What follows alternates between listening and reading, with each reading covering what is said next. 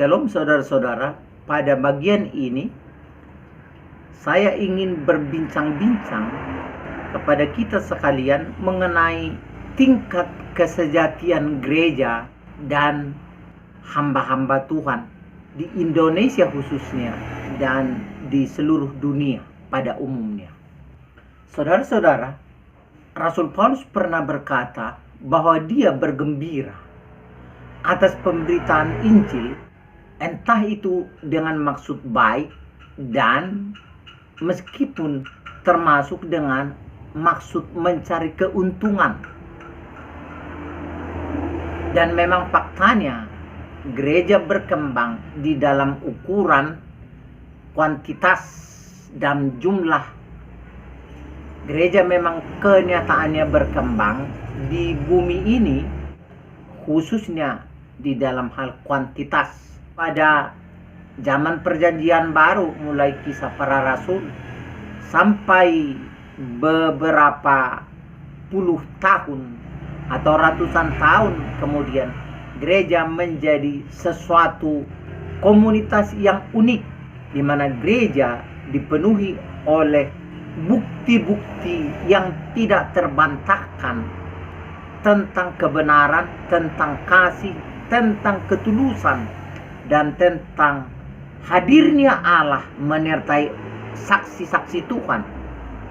Mereka melepaskan orang dari ikatan-ikatan dosa, mereka melepaskan orang dari ikatan iblis, mereka menyembuhkan demi nama Yesus, mereka membuat orang yang buta melihat, mereka bahkan membangkitkan orang yang mati dan menjadi hidup.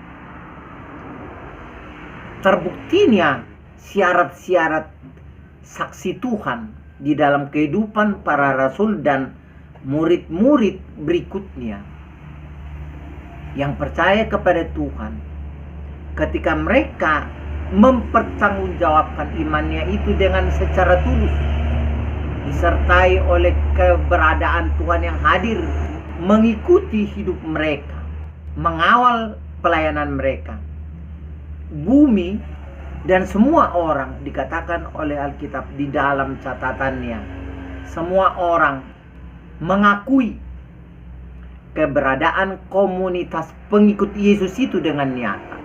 Tetapi selanjutnya kita melihat sesudah selesai pelayanan gereja yang murni dan sejati itu, beberapa puluh tahun kemudian kita melihat pergeseran gereja di dalam sejarah itu menjadi tidak bisa terbantahkan, di mana ketika gereja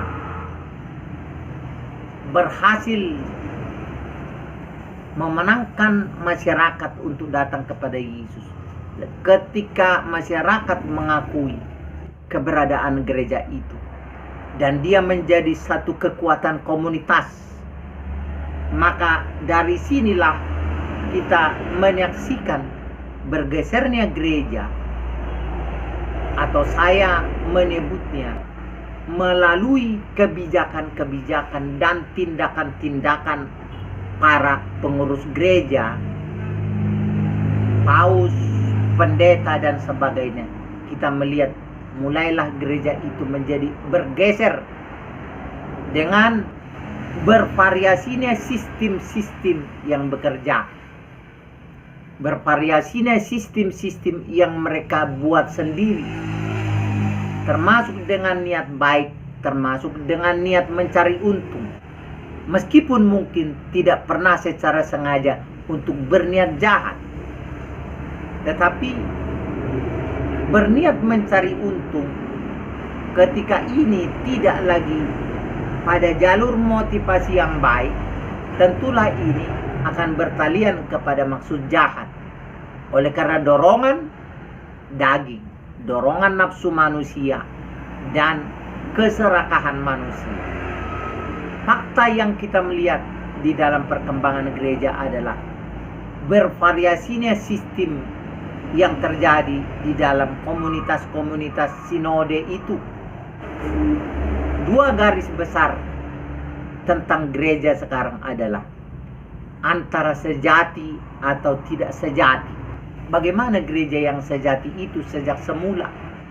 Dan kesejatian itu memang akan mempengaruhi keberadaan gereja itu di tengah-tengah masyarakat. Salah satu yang saya lihat yang menonjol dari gereja sejati itu adalah ketika pemberitaan Injil itu memang disampaikan semata-mata oleh belas kasih. Pemberitaan Injil itu, pengajaran Alkitab, khotbah-khotbah itu disampaikan memang adalah 100% tanpa tambahan 0, sekian persen. Mereka memberitakan Injil dan mengajarkan Injil dengan maksud baik. Dan ukuran maksud baik ini adalah ukuran bagaimana saksi-saksi yang pertama, penginjil-penginjil yang pertama, pengikut-pengikut Tuhan, pada saat pertama gereja didirikan. Saya boleh mengatakan gereja itu didirikan dimulai pada hari Pentakosta, ketika nubuat yang dikhotbahkan oleh Petrus dengan dia berkata, inilah yang dimaksudkan oleh Nabi Yoel. Aku akan mencurahkan rohku kepada hamba-hambaku. Nah, dari ayat itu kita melihat bahwa Allah mencurahkan rohnya kepada hamba-hambanya. Tujuan dari pencurahan roh itu adalah supaya orang yang memberitakan Injil itu menjadi hamba-hamba Tuhan. Menjadi hamba-hamba yang hanya menyampaikan berita baik. Tujuan dari hamba itu hanyalah menyampaikan pesan dari Allah itu. Bahwa tujuan dari hamba itu tidak pernah bertambah selain daripada apa yang Allah maksudkan tentang dirinya menjadi hamba. Setelah kemudian pelayanan demi pelayanan yang berhasil itu pada zaman kisah para rasul itu sampai pada generasi mereka, beberapa generasi, pelayanan itu mengagumkan dunia. Tetapi kemudian berubah setelah masyarakat Kristen bertambah dan menjadi sebuah komunitas yang diperhitungkan dari kekuatan sosialnya. Sementara mereka yang menjadi pemimpin-pemimpin dari gereja ini, mulailah mereka menuai dari perkembangan komunitas Kristen ini. Terjadilah sistem pemerintahan gereja. Terjadilah struktur jabatan-jabatan dalam gereja. Terjadilah pengupahan-pengupahan di dalam gereja. Terjadilah penggajian-penggajian di dalam gereja. Dan yang mempengaruhi sistem upah demi upah itu, dan gaji demi gaji itu, dan penghasilan demi penghasilan dari hasil kekuatan sosial gereja itu akan dicapai oleh orang per orang berdasarkan bagaimana dia menjalani sebuah sistem. Ketika dia berhasil menjalani sebuah sistem gereja yang nanti akan terpaut pada uang, jabatan, kehormatan, dan lain-lain, maka terjadilah kompetisi di dalam gereja ini. Baik kompetisi secara internal maupun kompetisi secara lintas organisasi. Di dalam kompetisi internal, pendeta demi pendeta tetap berkompetisi. Dan di dalam kompetisi lintas organisasi sinode, terjadi juga lah kompetisi. Meski kita tidak pernah melihat terjadi sebuah persoalan hukum antar sinode dan organisasi gereja, tetapi di dalam kenyataannya, emosi, hati, pendapat, melalui ceramah-ceramah masing-masing, ternyata mereka telah menjadi sesama pesaing. Meskipun Mereka menyepakati apa yang mereka sebut persaingan sehat. Nah, betulkah ada persaingan sehat di dalam persaingan rohani? Betulkah ada persaingan sehat di antara hamba-hamba Tuhan? Apakah persaingan masuk di dalam sebuah kamus kerohanian Kristiani? Kalaupun ada perlombaan di sana, kita tidak berlomba untuk saling mengalahkan. Alkitab tidak pernah mengajarkan para nabi dan para rohaniawan dan para imam-imam untuk berkompetisi seperti di dalam sebuah kelas kompetisi atau sebuah olimpiade atau sebuah perlombaan juara kelas dan sebagainya. Kompetisi yang ada di sana, perlombaan-perlombaan yang dikatakan di sana adalah untuk saling menyelamatkan, saling mengutamakan orang lain. Tetapi persaingan yang ternyata adalah persaingan haram yang terjadi di dalam gereja, kemudian adalah persaingan-persaingan yang ingin mengambil lebih banyak, ingin lebih besar sendiri, ingin lebih terhormat sendiri, ingin dipandang lebih rohani sendiri, dan ingin membuktikan kerohaniannya justru dengan pencapaian-pencapaian kemenangan pada persaingan yang disebut persaingan daya, persaingan teologi, dan persaingan aset. Kemudian setelah persaingan ini berlangsung, ada gereja yang malah sudah sangat besar kepala dengan mengatakan bahwa asetnya paling besar. Tetapi faktanya, meskipun asetnya paling besar, jemaatnya paling besar, mereka cukup bangga meskipun pelipatan besarnya jemaat itu sama dengan pelipatan jumlah kasus bobrok di dalam gereja itu. Sampai ada intensitas yang sangat ramai di dalam sebuah gereja. Bagaimana pendetanya diturunkan dari podium. Bahkan bisa sampai terjadi jubah seorang pendeta di podium itu robek-robek oleh karena sebuah situasi yang genting di dalam persoalan gereja itu. Sejauh itu, dan sampai memakan korban yang berujung kepada kematian, itu telah terjadi di dalam gereja. Jadi apa yang bisa kita lihat dari perubahan gereja itu, dari gereja yang sejati menjadi gereja yang berkembang secara modern. Bukanlah persoalan modernnya maupun kekunoannya, tetapi disebabkan oleh bergesernya pemahaman manusia tentang Injil itu, bergesernya pemahaman manusia tentang kebenaran, bergesernya pemahaman manusia tentang apa yang menjadi kehendak Allah yang sejati.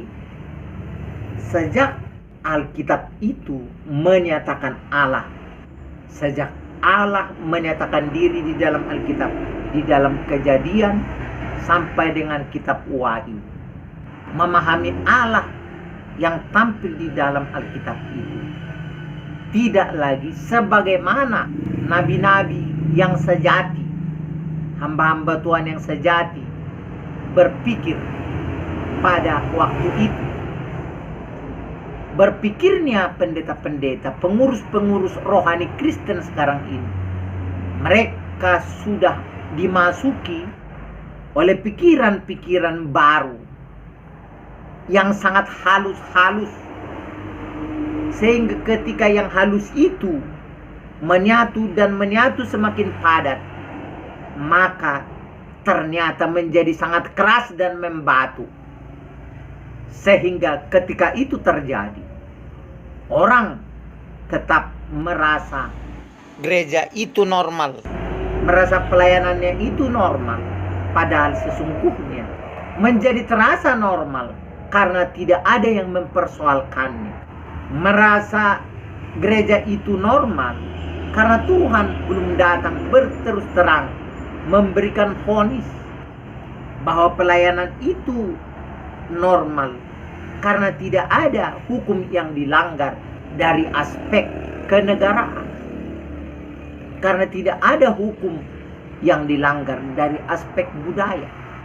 Justru hukum yang di dunia ini, hukum yang terdapat di dalam budaya itu, etika, tata krama, susunan berpikir budaya dan susunan berpikir hukum yang ada di dunia ini dimanfaatkan menggembosi kebenaran yang sejati itu.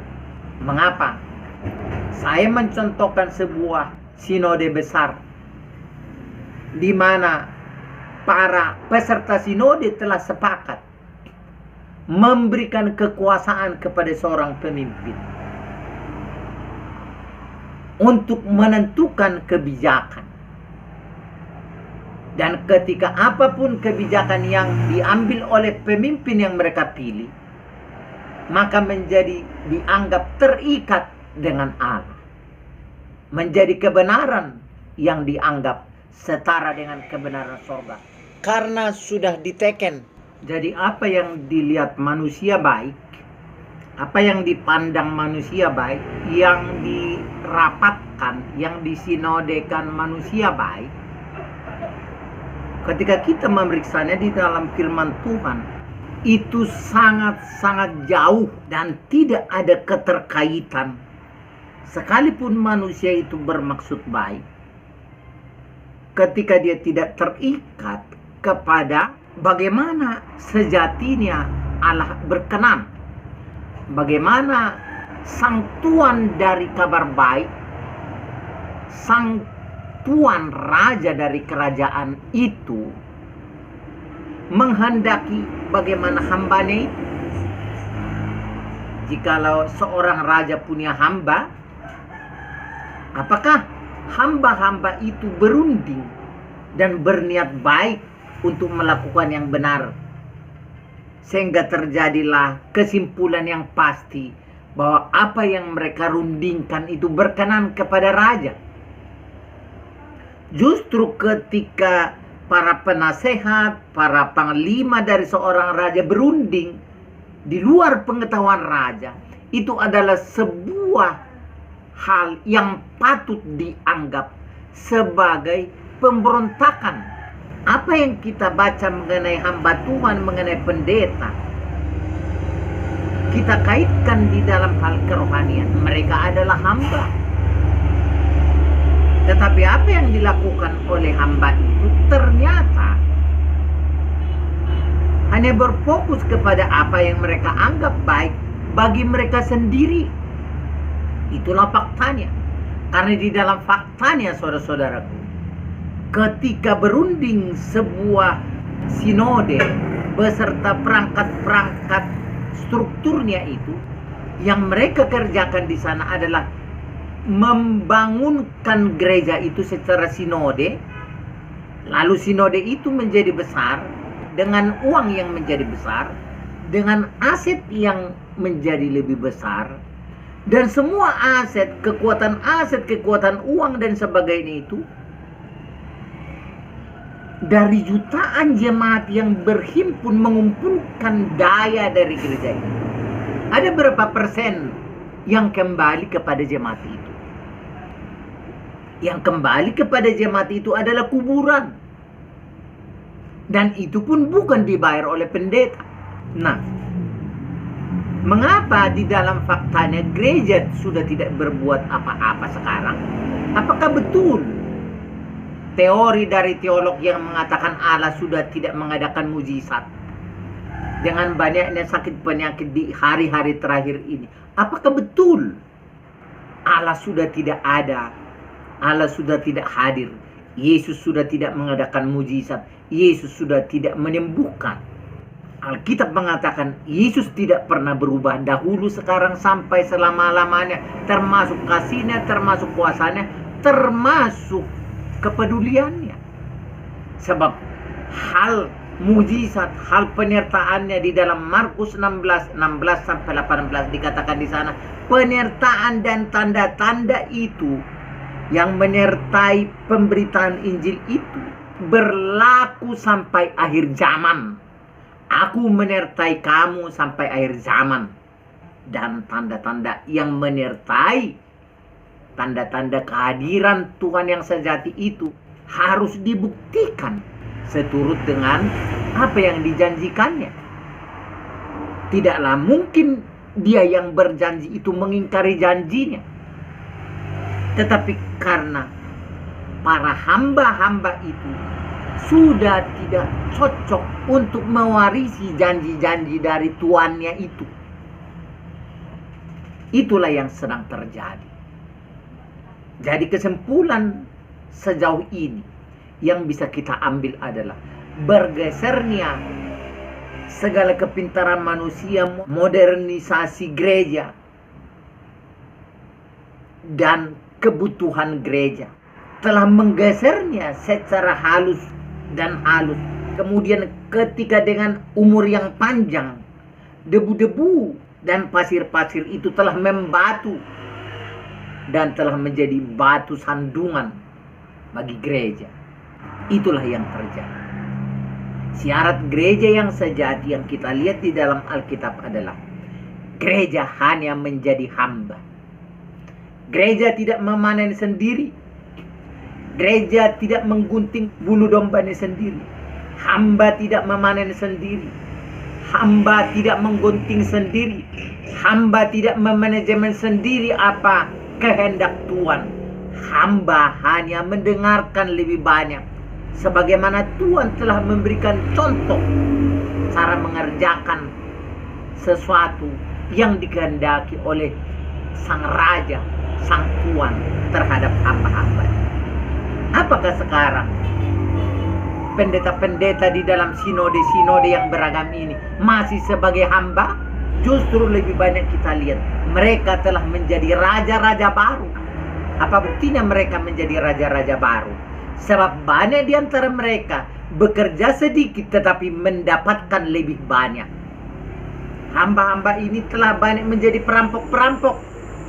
Karena apa?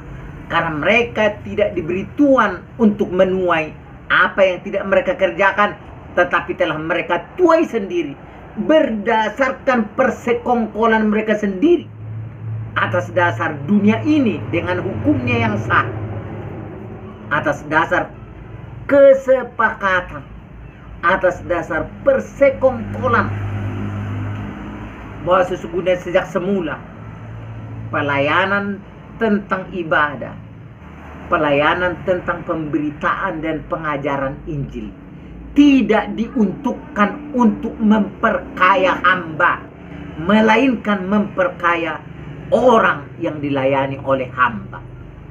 Di dalam fakta yang kita lihat, hamba-hamba ini mendapatkan 99,9% dan sisanya mereka buang. Sisanya bukan mereka bagi kepada domba-domba yang Tuhan berikan untuk mereka layani. Jadi bagaimanakah gereja yang sejati itu? Gereja yang sejati adalah bagaimana Yesus sejak semula mendirikan gerejanya. Bahwa gereja adalah bagian daripada rencana Yesus di dalam membangun manusia melalui hamba-hambanya. Dan semua hamba-hambanya tidak mengambil sesuatu apapun dari milik sang Tuhan, melainkan Tuannya sendiri memelihara hamba-hambanya. Oleh karena Tuhan itu adalah Tuhan yang setia dan bertindak selalu adil kepada mereka yang melayani Dia pagi, siang, dan malam. Kesimpulan dasar dari gereja adalah bahwa Yesus satu-satunya Tuhan, Juru Selamat, Raja, Gembala, dan Guru serta kepala gereja itu sendiri, di mana sesama hamba tidak ada yang akan saling memperhamba.